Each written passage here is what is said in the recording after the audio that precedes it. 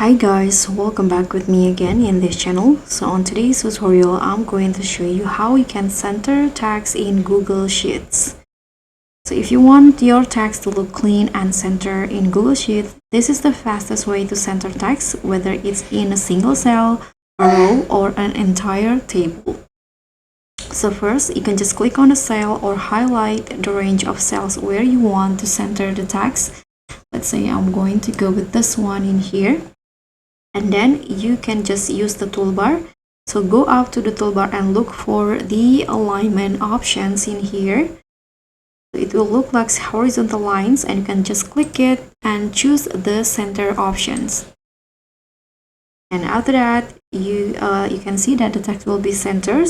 But if you want the to center text top to the bottom too, you can just click on the vertical alignment button next to it and choose middle. This one, like this. And that's it. Your text is now perfectly centered in Google Sheets. Don't forget to like, subscribe, and click on the thanks. I'll see you all on the next tutorial. Bye!